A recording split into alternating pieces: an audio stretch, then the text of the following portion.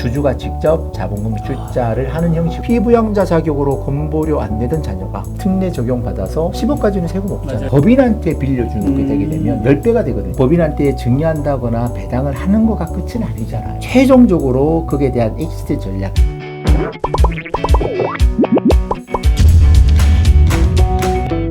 안녕하세요. 중소중견기업 보스들의 골치 아픈 고민을 타파해줄 보호파TV를 책임지고 있는 윤책입니다.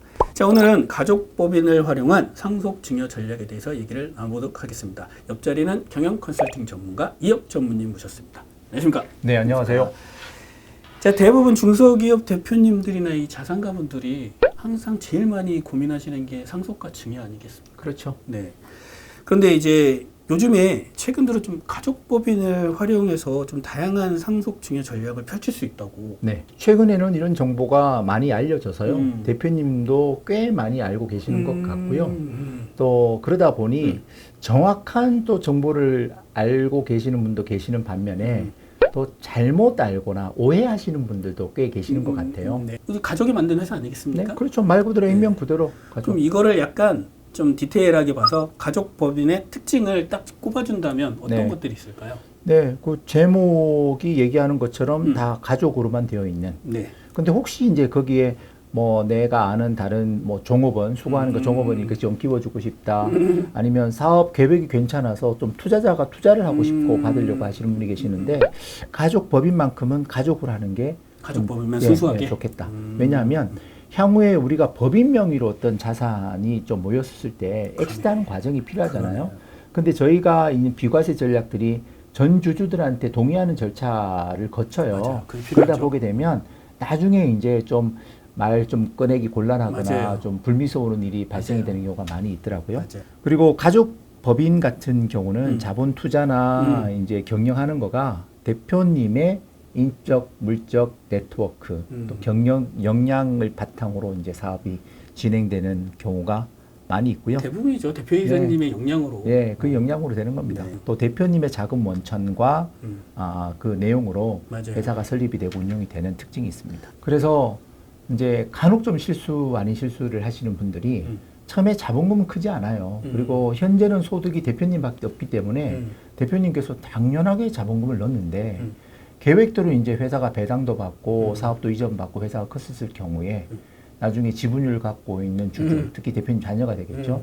여기에 대해서 이제 자금 출처 전체가 번 이익 자체가 나중에 대표님께서 자본금 투자를 했다라고 하게 되면 나중에 생긴 이익 전체에 대한 증여세 이슈가 좀 발생이 되거든요. 오, 그런 게 있어요. 네, 네. 그래서 처음부터 클 사업이라고 하게 되면 대표님 돈이나 이 부분들을 증여를 통해서 그 주주가 직접 자본금 출자를 하는 형식을 반드시 좀 취해 주시고 기록을 좀 남겨주시는 게 중요하겠다 생각합니다. 결국 대표님이 혼자 출자를 하면 네. 가족으로 구성돼 있어도 나중에 생긴 이익들은 증여가 될 수 있다는 거죠. 그렇죠. 그 결국은 내가 투자해서 내가 번 이익이고 그 이익을 나중에 자녀한테 해줄 때 그때 증여로 볼 수 있는 여지가 있는 거죠. 그러니까 결국은 뭐 5천만 원 자본금의 회사를 만든다 그러면 그래도 우리 증여 공제라는 게 있으니까 네. 어느 정도 자녀한테 이렇게 주고 부인한테도 얼마 줘서 그걸 가지고 모아서 출자를 하는 게 낫겠네요. 네, 그럼요. 증여한다고 그래서 과정이 사실 좀 복잡하고 번거로워서 그렇지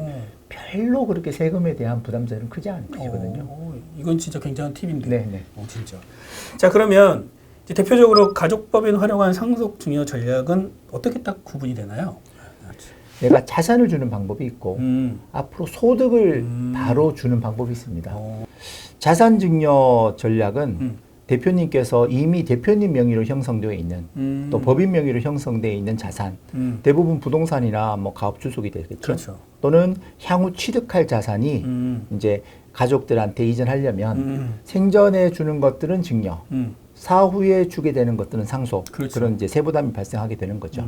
그래서 그 가족이 아닌 가족 법인한테 증여나 상속을 통해서 그 대표님이 형성한 재산이 갈 수 있도록 자산 증여하는 법원이 있고요. 네. 두 번째는 소득 증여. 소득은 소득의 파이프라인을 대표님 거치지 않고 원하는 자녀들한테 바로바로 직접 갈 수 있도록 대표님 높은 소득세를 내는 대표님을 제외를 하고 네. 자녀한테 직접 가게 되면 첫 번째는 증여라고 하는 구간 자체를 아예 생략하게 되는 맞아요. 것. 그리고 동일한 소득에 대한 세금도 세율 차이가 좀 맞아요. 나지 많이 않겠느냐. 나겠죠. 예, 그래서 크게 좀 절세가 됩니다. 네, 그러면 이제 대표적으로 소득 증여 전략과 자산 증여 전략이 있는데, 네. 그러면 이제 가족법인을 활용해서 소득 증여 전략 네. 먼저 한번 얘기해 보겠습니다. 네. 어떤 게 있습니까? 대표적으로는 주주 자격으로 배당을 받는 그렇죠, 거죠. 배당이죠. 네.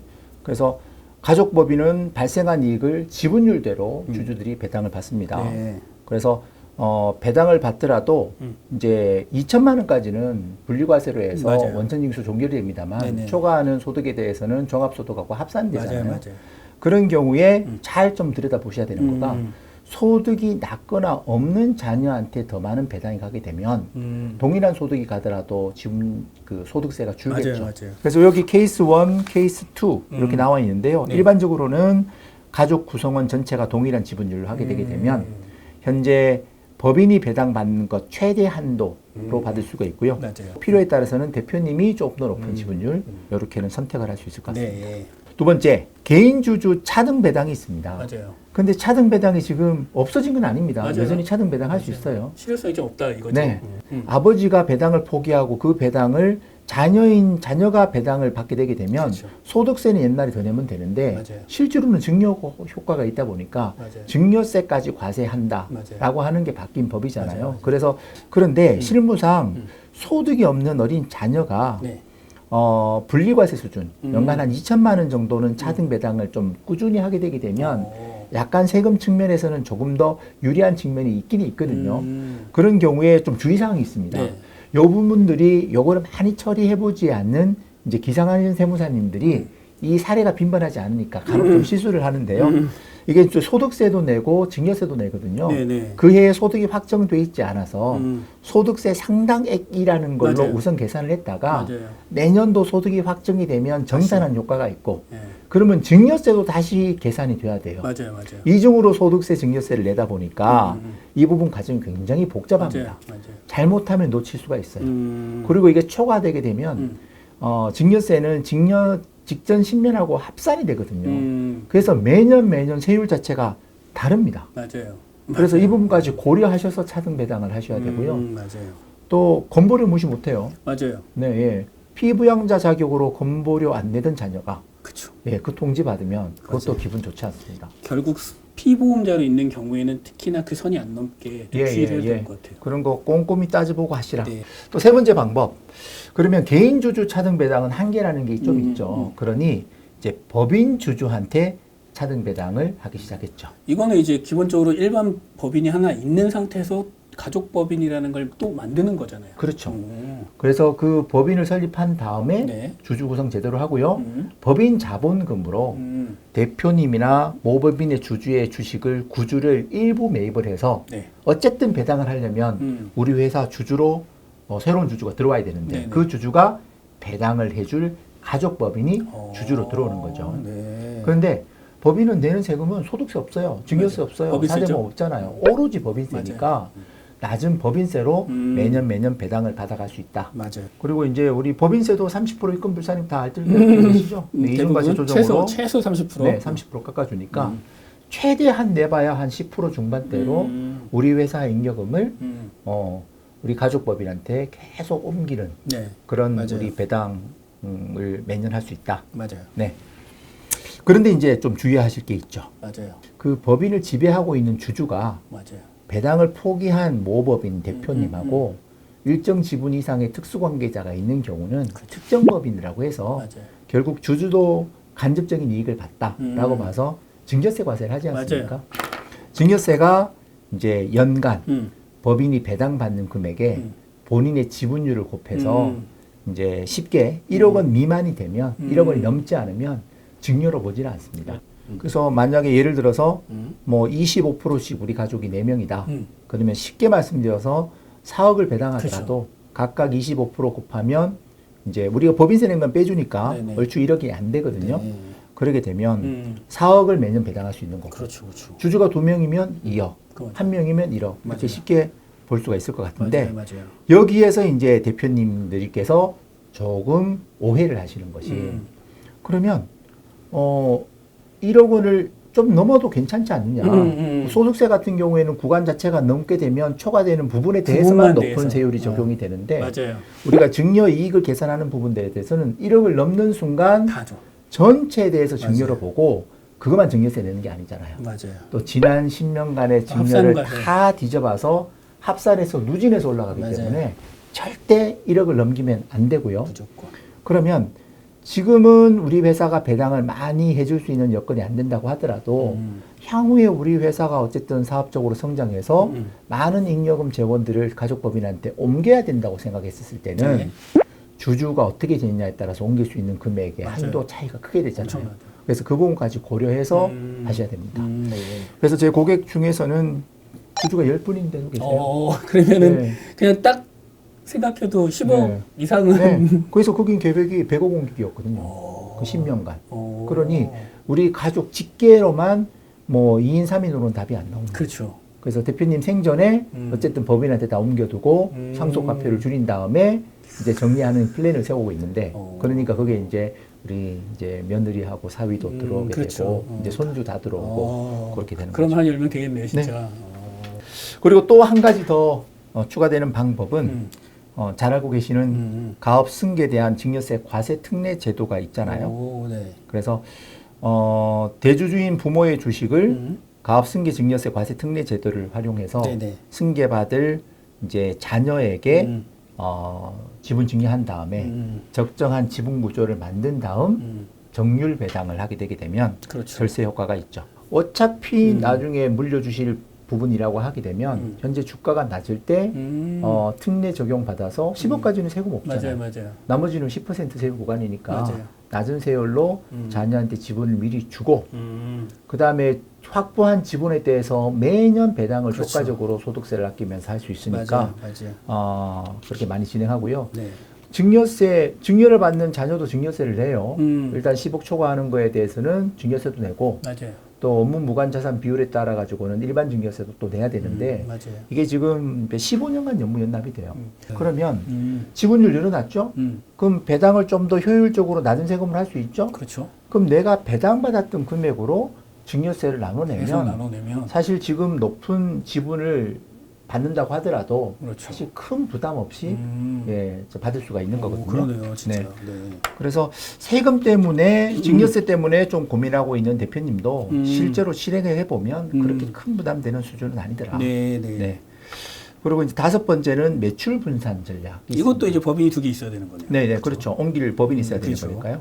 그래서 뭐 같은 일을 하고 같은 회사니까 우리 같은 집안이니까 계산서 나한테 끄지 말고 오늘부터 여기서 끊어줘라고 얘기할 수 있는 데는 사실 그렇게 하면 되는 거고요. 맞아요. 그리고 내가 도매업인데 제주도 하고 싶어. 또 신수종 사업이 있어요. 그 부분들을 왜 내가 잔뜩 키워서 소득세 많이 내고 또 높은 증여세를 내고 물려줍니까?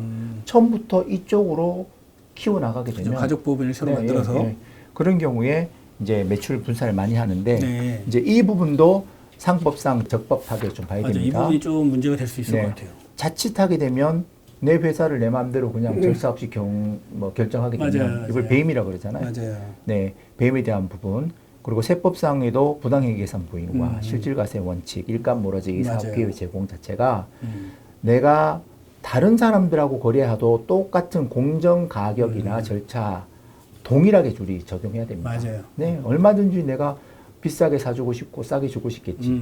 이제 그런 부분들 조심하셔야 되고요. 네. 또 하나 보셔야 되는 거가 이게 인허가 문제를 보셔야 돼요. 음. 나는 내가 법인 설립하셔서 똑같은 내가 사업 기회 이쪽으로 매출을 분산을 하는데 얘가 옛날에는 인허가 쉽게 받았지만 지금 다시 그 업종을 하려면은 인허사 과정 자체가 굉장히 까다로운 부분들이 있습니다. 그런 경우에는 체크해봐야 되고요. 또 자본금이 큰 회사, 의약품 도매업 같은 경우에 그거는 그냥 뭐 1,000만 원, 5천만 원 법인 못 하잖아요. 맞아요. 5억이란 돈이 가족주들이 있어야 되는데 그렇죠. 그런 경우에 쉽지 않죠. 네, 내가 소득이 없으면 그것도 못 하는 거예요. 맞아요. 대표님이 다 넣으면 또 그 증여가 돼 버리는 거고 그런까지 보셔야 된다. 네. 자, 그럼 여기까지가 이제 소득 증여 전략입니다. 네. 그럼 이제 그 다음이 굵지가 큰 게 이제 자산 증여 전략. 네. 이건 어떻게 됩니까? 자, 자산은 정말 꼼꼼하게 계획 전략, 말씀대로 전략다운 전략이 좀 필요한데요. 네. 좀 몇 가지를 구분해서 말씀을 드리면 네. 첫 번째는 저희가 이제 저희들이 얘기하는 3단계 승계 플랜이라는 게 있어요. 네. 현재는 지분이 대표님이 대부분 지분을 갖고 있고 지분을 물려주고 싶은 자녀는 아주 소액 지분을 갖고 있다 보니까 네. 이제 배당을 하더라도 배당 못 하잖아요. 맞아요. 그리고 나중에 어떻게 뭐 합병을 하거나 뭐 그렇게 하더라도 워낙에 이제 지분율 차이가 많이 나니까 못 한단 말이에요. 맞아요. 그래서 첫 번째는 가족 법인을 설립을 하고 물론 여기는 대주주인 이제 자녀가 되는 거죠. 자녀 가족으로. 네. 네. 그래서 아까 말씀드린 우리가 매출 이전한다거나 사업 기회 제공한다거나 네. 가업 승계 증여 특례를 한다거나 그래서 이제 지분율을 조정하고 네. 법인한테 우리가 배당을 해서 결론적으로 이렇게 만듭니다. 자녀 법인을 훨씬 네, 키우는. 모법인은 점점 줄어들이고 있고 상대적으로 자녀법인은 계속 올리는 크고. 거예요. 오. 매출도 넘기고 배당도 매년 하게 되면 그렇죠. 주가가 이렇게 튀잖아요. 맞아요. 한 3년 정도 하게 되면 주가 한 7배 정도 올라가요. 배당 받는 거로만. 오. 네, 그러면 상대적으로 대표님 순자산 순손실까지 떨어지는 거죠. 이쪽 올라가는 거죠. 그렇게 되면 3단계 나중에 두 개 방향성이 극대화되는 시점에 두 회사를 적격 합병 오. 아니면 흡수할 수도 있겠죠. 오. 지분 일부를 또 매각할 수도 있겠죠. 이런 자본 전략으로 거래로 해서 가업 승계를 하는 전략들을 좀 활용을 하고 있는데 이 부분들은 각 시기마다 주식 가치와 그다음에 관련돼 있는 세법 지원 내용들 꼼꼼하게 다 들여다봐야 되는 내용이라 반드시 이 많이 실행해 본 전문가하고 상의를 좀 하셔야 됩니다. 결국 이제 가업승계 지원 제도가 좀 사용하기 힘든 경우는 이렇게 하면 되겠네요. 가족법인을 활용해서. 그렇죠. 그죠? 그리고 가업 승계 증여 특례가 사실은 요즘같이 경기가 불투명한데 이게 뭐 천년 만년 우리 회사가 잘 된다. 자신 있어 하는 대표님도 많이 없어요. 맞아요. 자녀도 하기 싫어하고요. 그런 경우에는 실은 3단계 우리가 지금 저 승계 전략으로 그렇죠. 네. 그래서 소득과 자산들을 개인과 법인 배당을 통해서 이렇게 조정한 다음에 네. 합치는 방식으로 쓰시면 좋을 것 같네요. 네. 그리고 또 특정법인 가수금 플랜이라는 게 있습니다. 근데 이 부분도 대표님이 얼추 들어보긴 들어봤는데 잘못 이해하시는 분들이 꽤 많이 계셔요. 네. 우리가 자녀들한테는 돈을 주고 싶겠죠. 그냥 무상으로 줄 수는 없잖아요. 맞아요. 증여세를 내야 되는 거니까 이제 빌려주는 형식을 취합니다. 당연히 대표님은 안 받고 싶어 하시겠죠. 그래서 국세청에서는 철저하게 금전 소비 대차 약정으로 차입 거래를 네. 하게 되어 있고요. 네. 개인하고 법인하고는 그 안 받아도 이자를 안 받아도 증여로 보지 않는 그런 금액 크기가 네. 이제 한계가 있어요. 네. 개인은 연간 한 1,000만 원 정도, 오. 법인은 10배 정도가 돼요. 네, 네. 법인은 주주 한 명당 1억 원의 이자를 받지 않더라도 이걸 증여로 보지 않습니다. 이자 부분이 그런 거니까 네. 원금은 훨씬 큰 금액을 원금은 받을 수 그러니까 4.6% 국세청장 고시하는 이율이 정해져 있으니까 네. 멀추 한 23억, 24억 정도에 대한 이자를 하더라도 그게 1억 좀 안 되거든요. 그러니까 그게 1인 주주라도 한 24억까지는 네. 가소금으로 줘도 괜찮다. 예, 한 오. 20, 한 3억 정도, 24억, 4억이 될 거예요. 결국은 이거 같은 경우는 부모가 뭐 법인을 안 하더라도 자산 가고 돈이 많고 네. 자녀가 무슨 사업을 하기 위해서 네, 자기 자녀들과 자기 배우자로 네. 가족 법인을 만들었다면 거기에 가소금 쪽으로 이런 식으로 주면 되겠네요. 네. 결국은 이자를 안 받아도 되는 금액이 개인한테 직접 빌려주려니 그렇죠. 뭐 한 2억 3천만 원, 4천만 원 되는데 이 자녀가 주주가 된 법인한테 빌려주는 게 되게 되면 10배가 되거든요. 그렇죠. 24억. 그러네요. 그러면 우리 가족 한 4명이다. 그러면 돈만 있다라면 맞아요. 한 돈 100만 원, 100억을 그렇죠. 거의 100억 100억을 가까이 이자 안 받고 빌려줄 법인한테 빌려줄 수 있는 거죠. 법인은 그 돈 받아서 뭐 좋은 사업에 투자해도 되고 그렇죠. 대출 받아가지고요 안정적인 수익이 나는 그런 사업을 통해서 네. 나중에 원금만 어쨌든 아버지한테 갖다 맞아요. 주시면 뭐 그러네요. 답이 나오지 않습니까? 네. 그런데 이제 조심하셔야 될 것이 법상으로는 우리가 금전소비대차 약정서를 쓰고 이자를 이 정도 안 받아도 됩니다고 합니다만 네. 국세청은 사실 이자 원금에 대한 실질적인 지급이 없으면 이거를 그냥 증여로 보려고 해요. 조금 갚아야 네, 된다. 그래서 정확한 상환 금액과 상환 기한은 정해 주셔야 되고요.